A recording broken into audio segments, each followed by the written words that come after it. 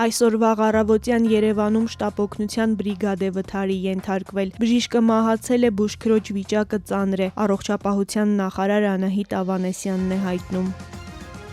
Բաքվի ռազմական դատարանում ցուցմունք է տվել Արցախի նախկին արտգործնախարար Դավիթ Բաբայանը, կրկին առանց անկախ փաստաբանների ու լրատվամիջոցների։ Ադրբեջանական պետական ազերթաճի հաղորդմամբ Բաբայանը պնդել է, թե Արցախում որևէ պաշտոնատար անձ, այդ թվում ինքը, Ադրբեջանի հետ ինտեգրացիան հեռանկարային չէր համարում։ Պաշտոնական Երևանն ավելի վաղ հայտարարել էր, թե Ադրբեջանը ապօրինի, այդ թվում հոգեներգործուն միջոցներով Արցախի ռազմաքաղաքական ղեկավարությունից ցուցմունքներ է կորզում տարածաշրջանում սադրանքի համար, հող նախապատրաստելու համար։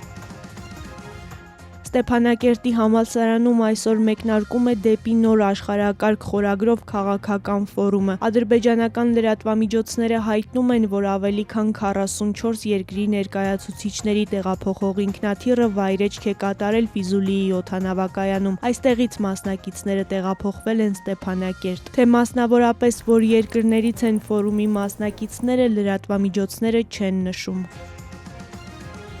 Ուկրաինան Կիրիվոյ ռոգի վրա ռուսական հարձակման հարցով ՄԱԿ-ի անվտանգության խորհրդի հրատապ նիստ է պահանջել։ Ապրիլի 4-ին ուկրաինական կողմը հաղորդեց, որ արդյունաբերական քաղաքի բնակելի թաղամասի հրթիռակոծության հետևանքով առնվազն 20 մարդ է զոհվել, այդ թվում 9 երեխա։ Սա 2022-ից ի վեր մեկ հարձակման արդյունքում զոհված ուկրաինացի երեխաների ամենաբարձր ցուցանիշն է, ըստ երկրի արտաքին գործերի նախարարի։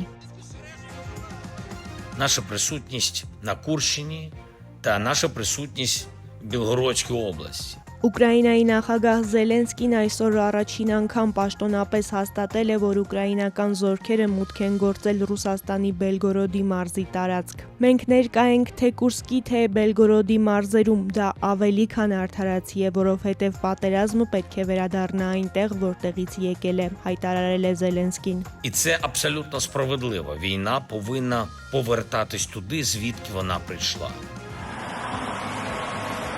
ԱՄՆ նախագահ Դոնալդ Թրամփը Վաշինգտոնում հանդիպել է Իսրայելի վարչապետ Բենյամին Նեթանյահուին։ Այս հանդիպմանը Թրամփը խոսել է Գազայում պատերազմը դադարեցնելու իր ցանկությունից։ ԱՄՆ նախագահը նշել է, որ դա կարող է տեղի ունենալ շուտով։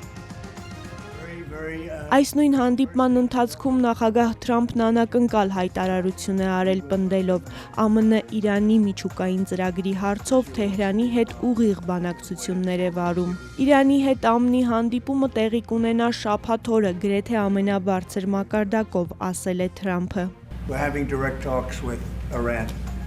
and they've started, it'll go on Saturday.